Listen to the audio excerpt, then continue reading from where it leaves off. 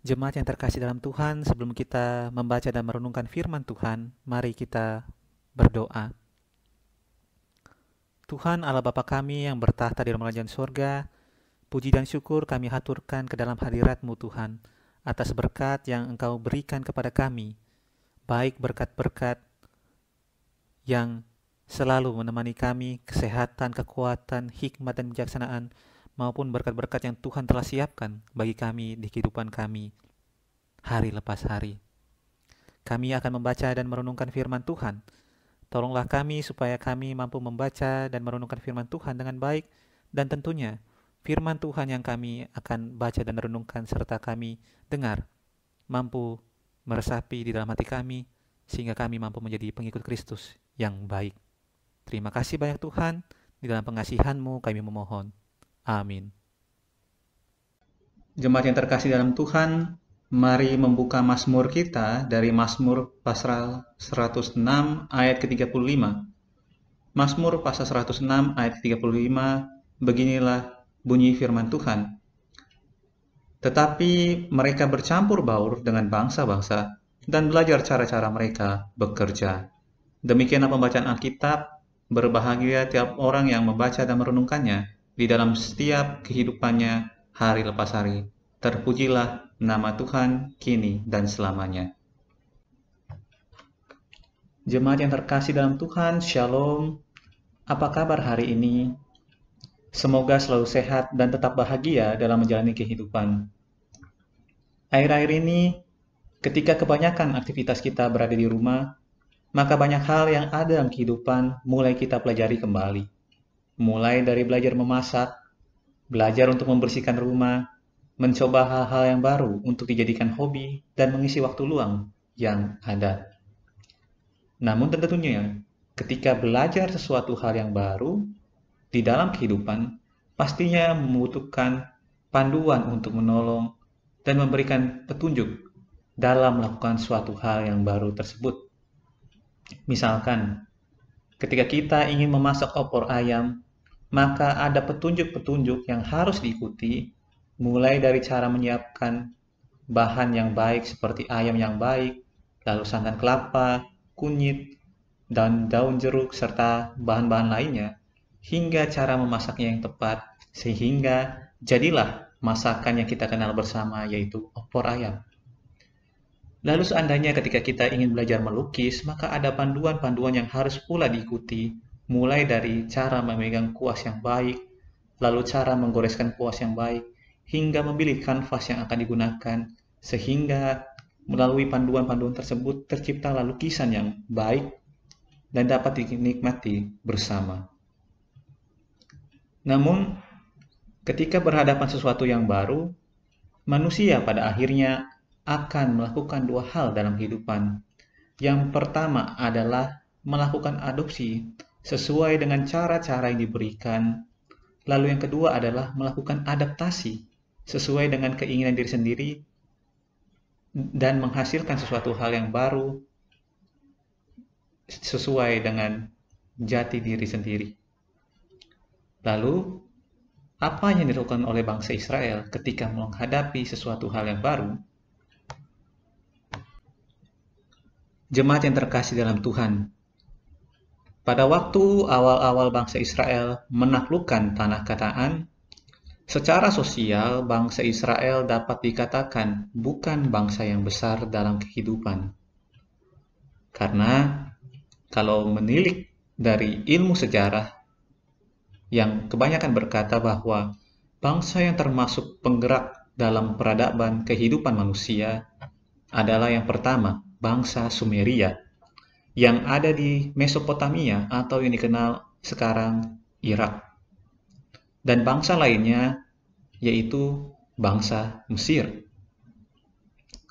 Oleh karena itu, ketika bangsa Israel masuk ke tanah Kanaan dan menaklukkan tanah Kanaan dengan pertolongan Tuhan, maka sudah menjadi hal yang pasti secara sosial terjadi proses pertukaran budaya, bahkan adanya proses untuk belajar peradabannya lebih tinggi.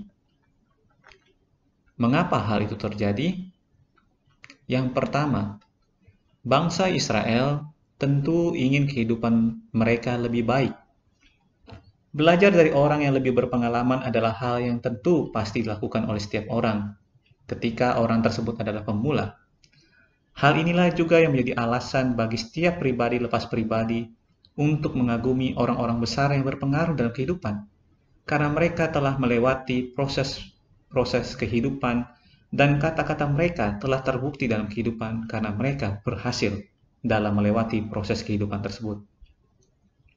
Bangsa Israel tentu akan belajar budaya orang Kanaan, terutama untuk memudahkan kehidupan mereka karena bangsa Kanaan telah berada lebih dahulu dibandingkan bangsa Israel yang baru keluar dari tanah Mesir.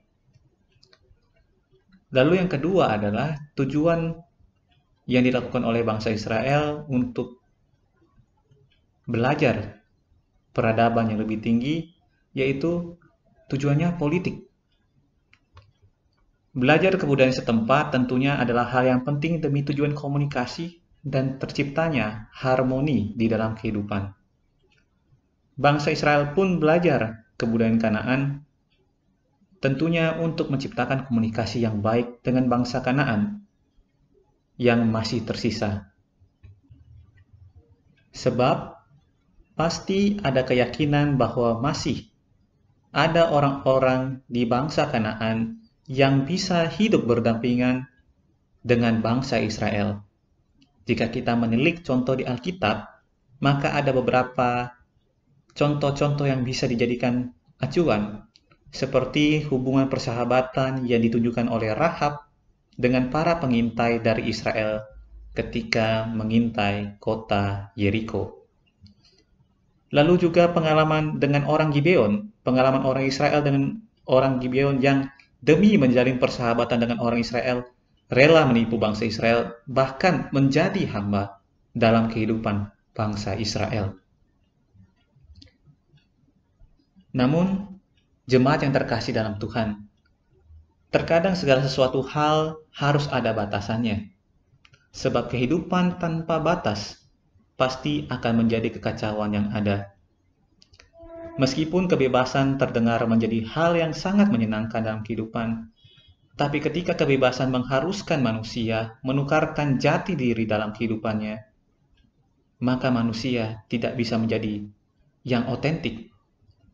Dia tidak bisa menjadi sepenuhnya dirinya.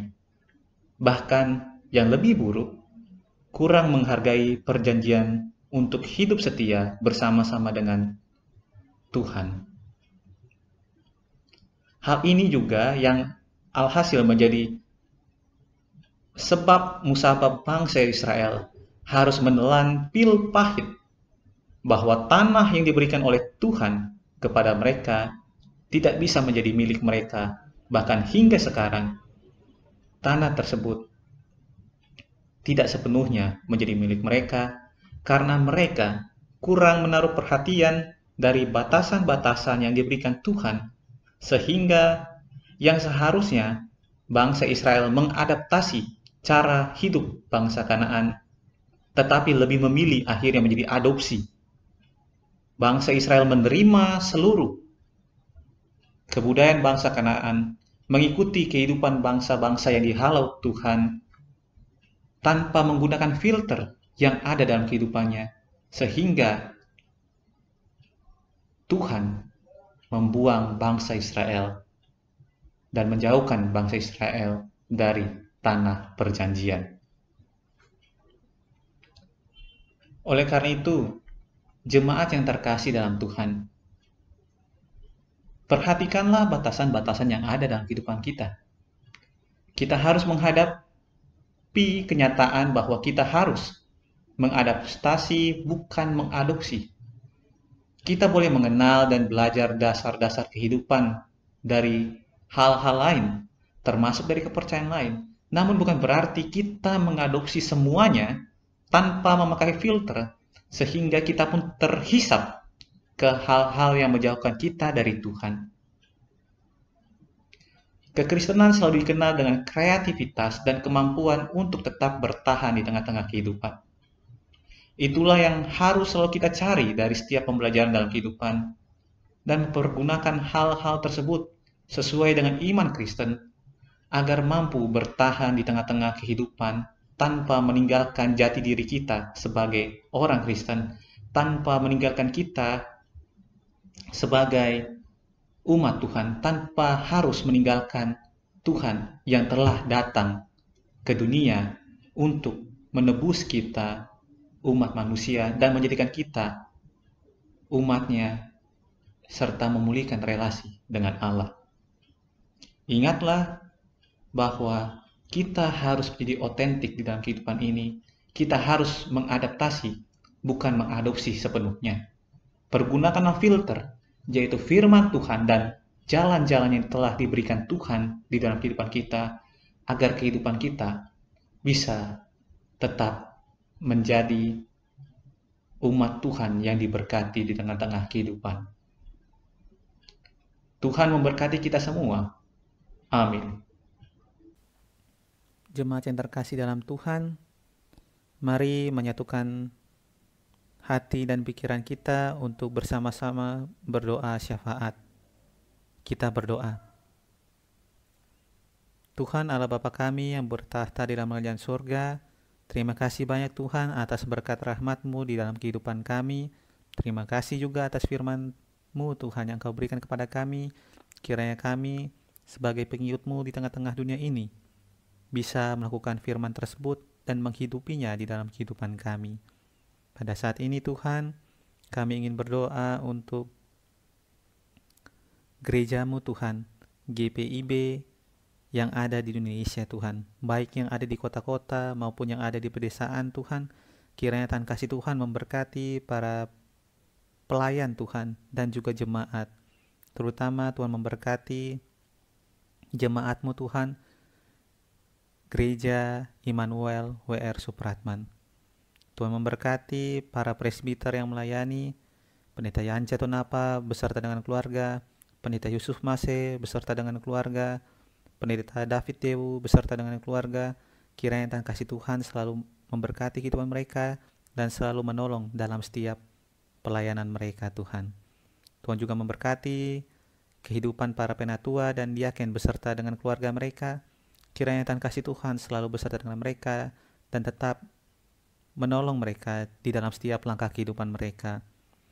Tuhan memberkati para pegawai gereja, koster, penjaga malam, pianis, organis, tim multimedia, prokantor, unit-unit misioner, hingga pribadi lepas pribadi, jemaat beserta dengan keluarga mereka.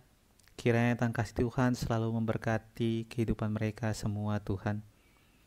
Kami juga ingin berdoa untuk setiap orang yang berulang tahun Tuhan pada 1 minggu ini.